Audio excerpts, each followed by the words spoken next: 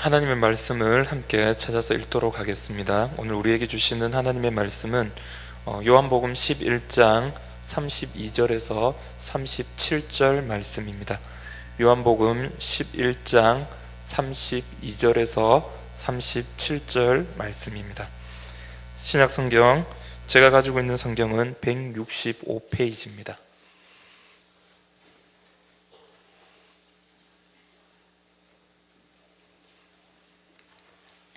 다 찾으신 줄 알고 요한복음 11장 32절에서 37절 말씀을 교독하도록 하겠습니다. 32절을 제가 먼저 읽습니다. 마리아가 예수 계신 곳에 가서 배웠고 그 발 앞에 엎드려 이르되 주께서 여기 계셨더라면 내 오라버니가 죽지 아니하였겠나이다 하더라.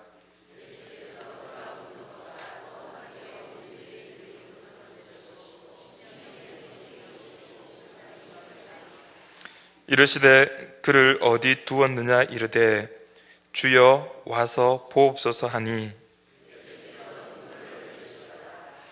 이에 유대인들이 말하되 보라 그를 얼마나 사랑하셨는가 하며 그중 어떤 이는 말하되 맹인의 눈을 뜨게 하니 사람이 그 사람은 죽지 않게 할 수 없었더냐 하더라. 아멘. 지금 이 시간에는 좀 잠시 특별한 시간을 가지도록 하겠습니다. 우리 윤지원 성도님 나오셔서 우리 찬송으로 하나님께 영광을 올려드리겠습니다. 우리 박수로 한번 환영하도록 하겠습니다.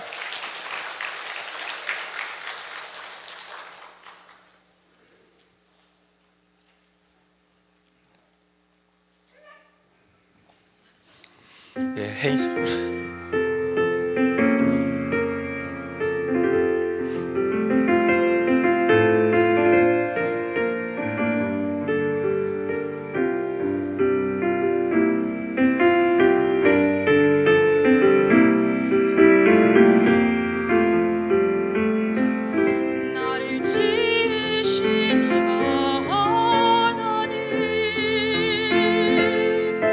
나를 부르시니가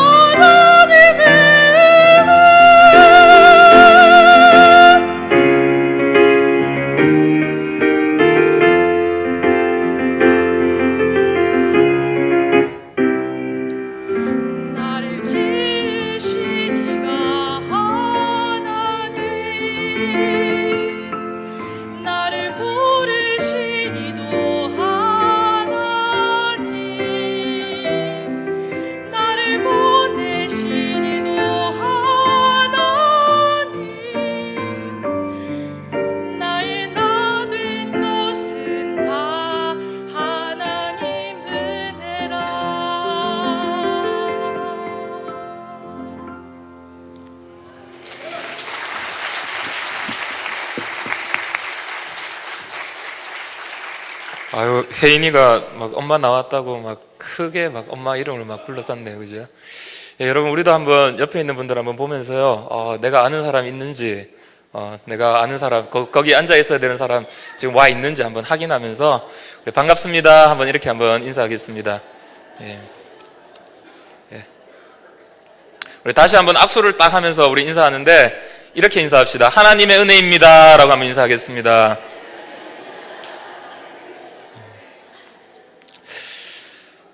여러분, 설교하는 설교자로서요, 설교하기가 참 부담스러운 자리가 있거든요. 혹시 이게 언제 설교할 때인 줄 아십니까?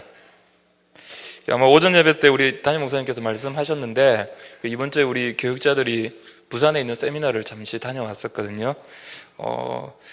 그 세미나의 강사가 처음 나와서 하셨던 그 강사가 정말 강의 내용이 좋아요. 강의 내용이 너무 좋더라고요. 정말 들을 만한 게 있어요. 근데 그 좋은 강의 내용을 가지고 계속 버벅거리는 거예요. 저희는 사실은 이렇게 좋은 게 없어가지고요. 좋은 내용이 없어가지고 별것 아닌 거 가지고도 어떻게든 막 있어 보이게 하려고 좀 이렇게 양념 막 쳐가지고 이렇게 좀 있어 보이려고 무지 노력을 하는데요. 아니, 그 강사분은 정말 좋은 내용, 정말 좋은 소스를 가지고요 발표를 하는데 계속 버벅거리는 거예요. 시간이 조금 지나면서요 그분이 당부의 말씀을 하시더라고요. 이게 뭐냐면요, 그 세미나에 참석하신 분들 대부분이 이렇게 목사님들하고 장로님들이세요. 예. 예, 목사님들하고 장로님들을 앞에서 그냥 그분이 그냥 얼어버린 거죠. 웃긴 얘기를 해도 아무도 웃지 않고 호응도 없고 팔짱 끼고 앉아가지고 인상 쓰면서 어디 한번 잘해보는 잘못 정말 사기치는 거 아닌가 막 이런 심정으로 보니까요, 이게 그냥 그분이 얼어버린 거예요. 더구나 그분이 이제 서울 분이셨거든요. 예, 이 갱상도의 무서운 맛을 아주 제대로 보고 가신 거죠. 그분이 그러시더라고요. 권사님들과 여집사님들이 오시는 세미나는 분위기 너무너무 좋다고요. 그래서 좀 인상 쓰지 말고 좀 웃어달라고, 또 강의 내용이 좋으면 박수도 좀 쳐달라고 좀 그렇게 부탁을 하시더라고요. 작년이었던가요? 작년에 한 11월 달쯤이었던 것 같은데 우리 김상조 목사님하고 제가 서울에 있는 세미나 한 건 잠깐 다녀온 적이 있거든요. 제가 거기서 느낀 게 하나 있어요. 왜 사람들이 서울 하는가? 왜 목사들이 서울 가려고 안달인지요? 왜 서울은 뭐를 해도 다 되는 동네인지 제가 알 것 같더라고요. 진짜 강사가 별것 아닌 이야기, 별로 진짜 재미도 없는 이야기인데요, 막 사람들이 깔깔깔깔거리고 넘어가는 거예요. 이 리액션이라고 하죠. 이 반응이 얼마나 좋은지, 그리고 앞에서 강사가 시키면 시킨 대로 다 하고요. 제가 그거 보니까 그런 생각이 좀 들더라고요. 야, 서울에 있는 목사님들은 목회 그저 하고 있네. 예, 여러분, 옆에 있는 분들 한번 봐보십시오. 예, 보라고 해도 안 보잖아요. 앞에서. 우리는 안 한다니까요. 웃는 이야기를 해도 시무룩하고 인상만 잔뜩 쓰고 있고요. 앞에 있는 사람들 다 주눅이 들지요. 제가 사실은 우리 오후 예배 때 좀 우리나라에서 내노라 하시는 강사분들, 다른 데서 정말 대히트 치신 분들 모시고 왔는데, 제가 그분들이 여기 앞에서 주눅 드는 모습을 보면서 내가 떠는 거는 당연한 거구나, 내가 죽쓰는 거는 당연한 거구나. 예, 제가 그걸 좀 많이 느낍니다. 그래서 위로도 많이 받아요. 저런 분들이 저기서 죽쓰고 있으면 나 정도야 당연한 거죠. 지난주 요번 주 금요일이었는데요, 한 사랑방 모임에 참석을 했는데, 그때 우리 교회 오신 지 얼마 안 되시는 성도 한 분이 그런 이야기를 하셨어요. 우리 교회 김상조 목사님 설교 정말 재밌잖아요. 웃기잖아요. 정말 이게 재밌는데 자기는 막 웃겨서 죽겠대요. 막 웃겨서 죽겠는데 주위를 딱 돌아보면 다들 이렇게 그래가지고 이분이 이거 웃으면 안 되는가 보다 이러면서 이제 참고 있는 거죠. 그러니까 누구 한 분이 그러시대요. 사실 그 사람도 너무너무 웃긴데 억지로 참고 있는 거라고요. 예배 시간이라서 웃으면 안 된다고 생각했어요. 여러분, 더군다나 오늘 날씨 정말 좋습니다. 그죠? 마음은 벌써 콩밭에 가 있고, 예, 저기 수송못으로 팔공산으로 다 흩어져 있죠. 그죠? 가 있는 마음 좀 모아주세요, 여기로. 예. 또 잠은 얼마나 오는지요. 예. 주일 오후 예배 때 설교하는 게 쉽지가 않습니다. 설교자로서 참 부담스러운 자리거든요. 근데 여러분, 사실 제 개인적으로는요, 이 자리보다 훨씬 더 부담스러운 자리가 하나가 있습니다. 여러분, 일주일 그 시간만 생각하면 좀 숨이 좀 막히기도 하고요, 좀 답답하기도 하고. 예, 언제일까요? 예, 사랑하는 청년 일부들 미안합니다. 청년 일부 설교 시간입니다. 제가 능력이 없어가지고요, 우리 청년들에게 선한 능력을 좀 잘 끼치지 못해요. 저로서도 좀 답답하고, 또 제가 뭐 재미도 없고, 제 설교는 또 길기로도 유명하잖아요. 그죠? 제가 요즘 많이 노력하고 있는데요, 그러니까 이게 들리지 않고, 듣고 있는 우리 청년들도 아마 고역일 건데요, 그 자리에 서 있는 저도 제 자신이 그 시간만 되면 얼마나 초라하고 또 제 자신이 얼마나 미운지 모릅니다. 힘들게 앉아있는 청년들 막 재우고 있으니까요. 그래서 좀 똑바로 해야지, 그런 생각 참 많이 하거든요. 예, 작년부터 2014년부터 제가 청년부를 맡아서 담당하고 있는데요, 작년 한 해 청년부 사역을 한마디로 얘기를 하면 실패, 실수 이런 걸로 저는 한마디로 딱 정의를 할 수 있을 것 같아요. 무언가 하려고 해도 전혀 되지 않는 시간들이었고 좀 답답하더라고요. 참 힘들대요. 교육자 회의 시간마다 제가 그렇게, 우리 담임 목사님께서 청년부 어떤데, 고개 푹 숙이고 한마디 하죠. 힘듭니다. 그러면 더 이상 이제 목사님 묻지를 않으시는 거죠. 다른 거 이제. 그때는 제가 그냥 제 경험 부족이라고 생각했어요.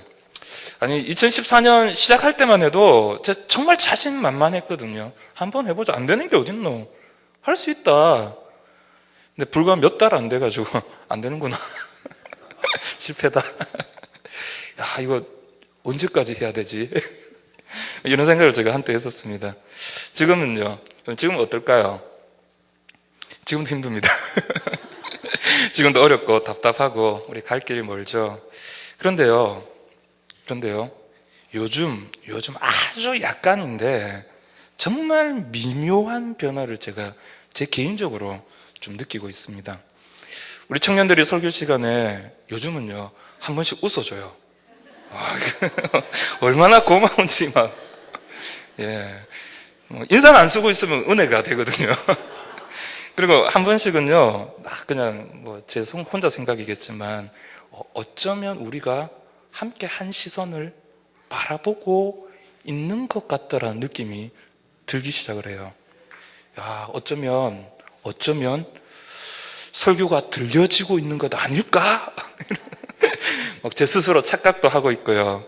또 집에 가가지고 혼자 생각하면, 그래, 어쩌면 우리 청년들이 설교 들었을지도 몰라. 막 그런 생각이 들어요. 물론 제 개인적인 생각입니다. 언감생심. 사실 제가 청년부를 담당하면서 제 마음속에 청년들을 향한 답답한 마음이 사실 있었어요. 왜 이것밖에 못하니? 왜 이렇게 사니? 지금 이렇게 사셔서 무엇 할 거냐? 아니, 힘들더라도, 아니, 세상에 대학생들만큼 편한 게 어디 있냐? 너희가 세상을 아냐? 드러내지는 않았거든요. 그렇게 얘기하면 안 되죠. 드러내지는 않았어요. 그리고 저도 눈치채지 못했어요. 근데 지금 생각해 보니까 저도 모르게 청년들을 훈계하는 그 어른의 입장에 서서요, 우리 청년들을 그렇게 삐딱하게 바라보고 있더라고요. 야, 도대체 너희들이 할 줄 아는 게 뭐냐? 자, 봐라. 성경을 봐라. 믿음의 사람들을 봐라. 말씀을 가지고요, 칼로 우리 아이들을 막 난도질을 하고 있는 거예요, 제가. 너희들 이렇게 살면 안 된다고 하면서요. 사실 여러분, 제가 한 말이 뭐 잘못됐습니까? 말씀 붙들고 믿음으로 전진하면 승리하는 거 아닙니까? 이 답답한 현실에서 주님 의지하고 주님 붙들고 세상의 것을 한 발 한 발 이겨나가면 승리가 보장되는 거 맞잖아요. 그러니까 믿음으로 이 현실 이겨내는 것, 그게 청년들이고 그게 믿음의 백성들이고 그렇게 살아야 된다고 강조하는 것, 잘못된 일 아니잖아요. 맞잖아요. 제가 바른 소리 했잖아요.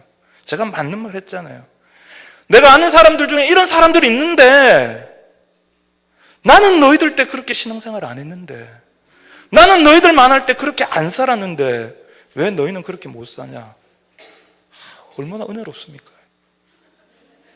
이렇게 설교하면 아멘 하고 따라와야죠. 여기서 아멘 하시면 안 됩니다. 그런데요, 작년에 이제 제가 청년부 사역을 감당하면서 어느 순간 이런 제 생각이 조금씩 바뀌기 시작하더라고요. 청년부 사역을 해야 하니까요, 이게 청년들에 대해서 관심이 가져질 수밖에 없어요. 그래서 인터넷 신문이나 여러 가지 뉴스나 제가 이렇게 보는 정보들, 매체들 가운데 청년과 관계되는 그런 기사들, 뉴스가 있으면 관심을 가지게 되고 그것을 하나씩 스크랩을 하게 되더라고요. 그리고는 오늘 이 시대를 살아가는 청년들의 고민, 또 청년들이 살아가고 있는 힘들고 어려운 답답한 그 현실이 제 눈에 보이기 시작했습니다. 그리고 조금씩 우리 사회, 또 특별히 지금 오늘 이 시대의 20대 대학생들과 청년들이 얼마나 힘들고 어렵게 이 시간들을 버티고 있는지를 제가 조금씩 깨닫게 되었습니다. 그러던 와중에요, 어느 날 설교 시간이었는데 제가 그만 울컥할 뻔했던 적이 있었습니다. 혹시 우리 청년들 기억하고 있는지 모르겠는데요, 설교를 하면서 너희들 참 힘들다, 너희들 참 고생이 많다, 딱 그러면서 그러고 있는데 제가 그날 이제 갓 직장에 들어가서 아둥바둥하고 있는 한 청년의 얼굴이 보이는데요, 그냥 제 마음이 울컥해지더라고요. 여러분 한번 생각해 보세요. 지금 여기에 그런 청년들이 앉아 있어요. 밤 늦게까지 일하고요, 이래 치고 저리 치고, 그리고 주일에 그래도 은혜 받으려고요, 그래도 하나님께 붙들려 있으려고 들리지 않는 설교지만 발버둥 치면서 여기 앉아 있는 거예요.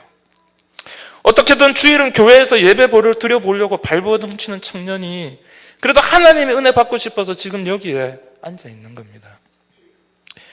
우리 청년들의 마음, 그들의 버겁고 힘든 현실을 살아가야 하는 그 두려움, 막막함, 그게 느껴지면서요, 청년들을 바라보는 제 시선 바뀌기 시작하더라고요. 왜 이것밖에 못하냐가 아니라요, 야, 너희들 참 대단하다, 너희들 참 고맙다, 이런 마음이 들기 시작하더라고요.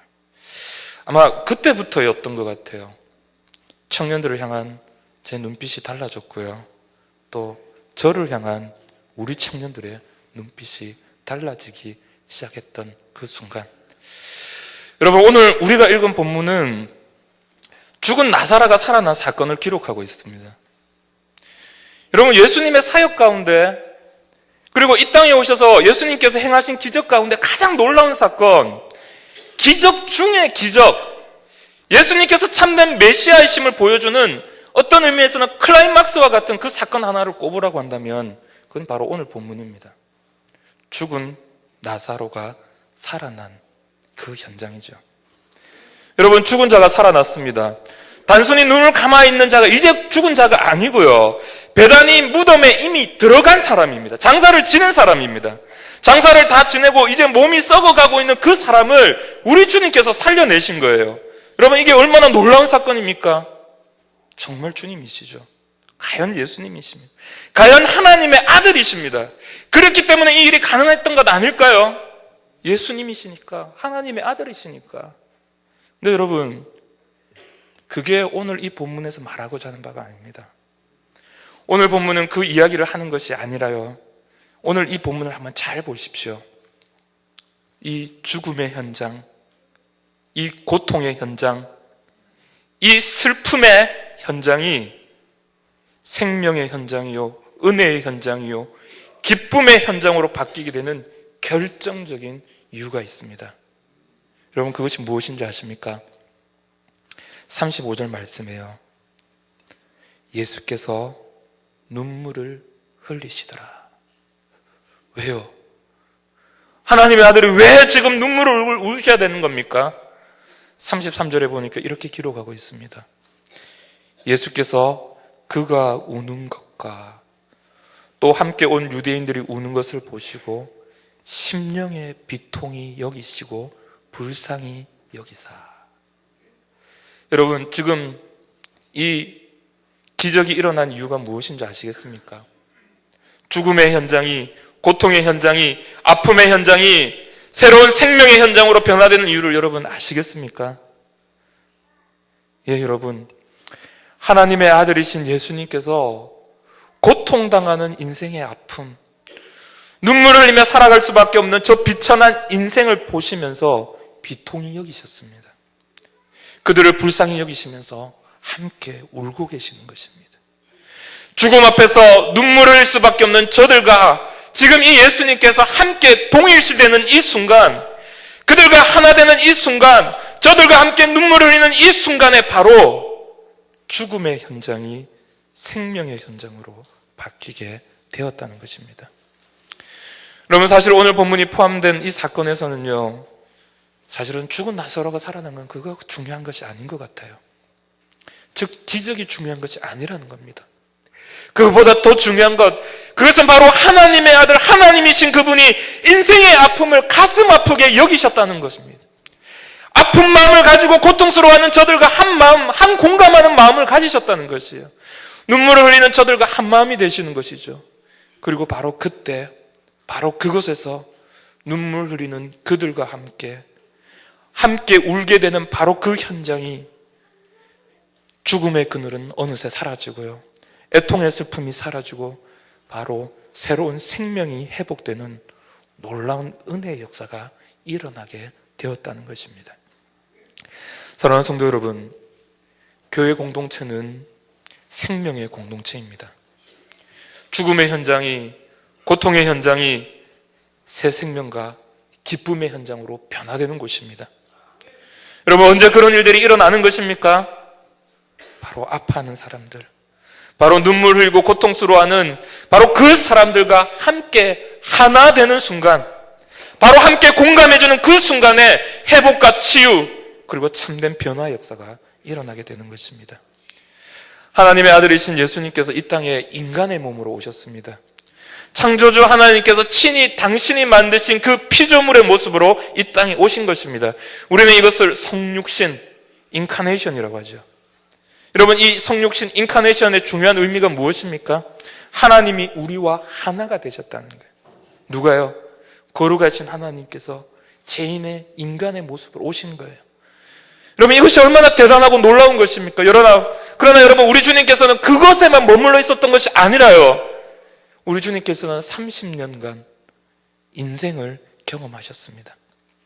가난한 목수의 아들로 이 땅을 사셨고요, 인간이 경험해야 할 아픔과 고통, 슬픔과 배고픔을 친히 30년간 그분이 담당하셨다는 거예요. 경험하신 것입니다.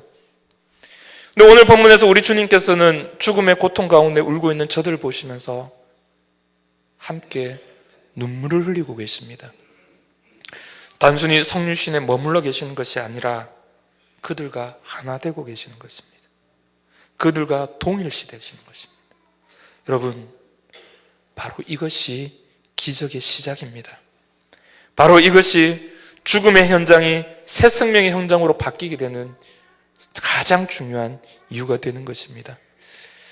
어느 책에서 읽은 이야기인데요, 한 교회의 장립지사님 가정에 있어서는 안 되는 안타까운 일이 발생을 했습니다. 그 집의 무남 동료, 너무나 사랑스럽고 너무나 귀하게 자란 외동딸이 그만 하나님의 부르심을 입은 것입니다. 그 장립지사님이 너무나 세상에서 가장 아끼는 그런 딸이었거든요. 여러분, 이런 경우에 목회자들이 문상을 가서 또 신방을 가서 무엇이라고 위로를 해줘야 할까요? 하나님이 뜻이 있습니다. 여러분, 이런 이야기는 절대 해서는 안 되죠. 물론 하나님의 뜻이 있을 겁니다, 거기에. 그러나 그 고통의 현장에서는 그런 이야기를 하면 안 되는 거예요. 그게 설령 맞는 말이지만 여러분, 그것은 사람을 죽이는 말이 됩니다.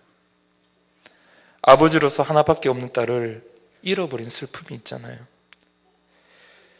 여러분, 그 슬픔을 누가 위로해 줄 수 있을까요? 때로는 아무런 말도 할 수 없는 그런 상황이 있더라고요. 목회자지만 도무지 뭐라고 위로할 수 없는 그런 현실, 현장. 함께 장례식을 방문한 성도들도 아무런 말도 못했습니다. 그런데요, 그 교회의 슬픔에 빠진 그 집사님을 이렇게 위로하시는 유일한 한 분이 계셨다고 합니다. 그 교회 장로님이셨는데요. 네, 그 장로님은 한 해 전에 그만 외아들을 교통사고로 먼저 보내셨답니다. 이 장로님이 그 장립집사님의 소식을 듣고는요, 모든 만사를 팽개치고 불이 나게 병원으로 달려가는 겁니다. 그냥 집사님을 끌어안고요, 아무 말 없이 그냥 하염없이 함께 우는 거죠. 여러분, 거기에는 아무런 말이 필요 없습니다. 그 마음, 그 아픔, 그저 끌어안고 함께 펑펑 우는 것입니다. 여러분, 오늘 본문 37절을 보면 예수님과 반대되는 한 무리의 사람들이 등장을 합니다. 사람이 죽은 현장에서 우는 자들과 함께 슬퍼 우는 것이 아니라 구경하고 있는 자들이죠. 근데 그들은 단순히 구경하는 자들은 아닌 것 같아요. 그 광경을 조롱하는 자들입니다. 조롱, 다른 말로 하면 빙정됨이죠. 빙정됨. 참 나쁜 사람들입니다. 참 악한 사람들입니다. 모든 일에 사사건건 참여해서 함부로 재단하고 함부로 평가하고 함부로 말하는 사람들입니다. 여러분, 이들이 지금 예수님을 향해서 뭐라고 빙정대고 있습니까? 그중 어떤 이는 말하되 맹인의 눈을 뜨게 한 이 사람이 그 사람은 죽지 않게 할 수 없었더냐 하더라. 어쩌면 여러분, 이들의 말이 맞는 말인지도 모르겠어요. 아니, 맞는 말이죠. 이들은 참 똑똑한 사람들입니다. 정확한 현실 판단, 정확한 상황 판단 하고 있지 않습니까? 그런데요, 지금 이 순간에 필요한 말은 아니죠. 사랑하는 성도 여러분, 정답이 필요한 게 아닙니다. 맞는 말이 필요한 게 아니죠. 여러분, 우리는 너무나 쉽게 단정하고 너무 쉽게 정답만 말하고 있지는 않습니까? 여러분, 함께 울어줄 수 없다면 더 이상 말해서는 안 됩니다. 함께 눈물을 흘릴 수 없다면 함부로 말하는 것 멈추어야 합니다. 사랑하는 성도 여러분, 참된 치유와 변화, 죽음의 현장이 새로운 생명의 현장으로 바뀌는 역사는 우는 자들과 함께 동일시되는 현장, 그들과 함께 우리 주님이 울어주시는 그 현장에서부터 시작이 되었습니다. 이 땅에 수많은 교회가 있고요, 또 그 교회에는 수많은 모임이 있습니다. 우리 교회도 마찬가지입니다. 그런데 여러분, 그 수많은 교회, 수많은 모임, 그런데 그 속에는 사람이 살아나는 공동체, 죽었던 사람들이 새로운 생명을 얻는 공동체가 있어요. 사람들이 모이기를 기뻐하고요, 즐거워하는 그런 모임이 있더라고요. 모일 때마다 사람들이 살아나는 그런 모임이 있다는 것입니다. 여러분, 한번 잘 생각해 보십시오. 그 이유가 무엇일까요? 여러분은 오늘 본문의 예수님처럼 그 연약한 그 사람들 속으로, 그 사람들의 수준에서 이해하고 생각하고 여러분 함께 공감해 주고 있습니까? 정말 힘들었겠다. 정말 마음 아팠겠다. 아니면 내 마음대로 함부로 평가하고 함부로 재단하고 함부로 정답말을 말하면서 여러분 빙정되고 있지는 않습니까? 바라기는 여러분, 우리 대연교회에 속한 모든 모임들이 여러분 우는 자들과 함께 우는 그런 공동체가 되길 바랍니다. 아파하는 자들과 함께 아파하는 공동체, 그리하여서 죽음의 길을 걷고 있는 한 사람이 새로운 생명의 길로 돌아서는 역사가 일어나는, 부족한 사람들이 함께 만드는 성령의 공동체가 되기를 바랍니다. 오늘 우리 주신 말씀을 생각하면서 함께 찬양했으면 좋겠습니다. 우리 당신이 지쳐서 기도할 수 없고 함께 찬양하겠습니다.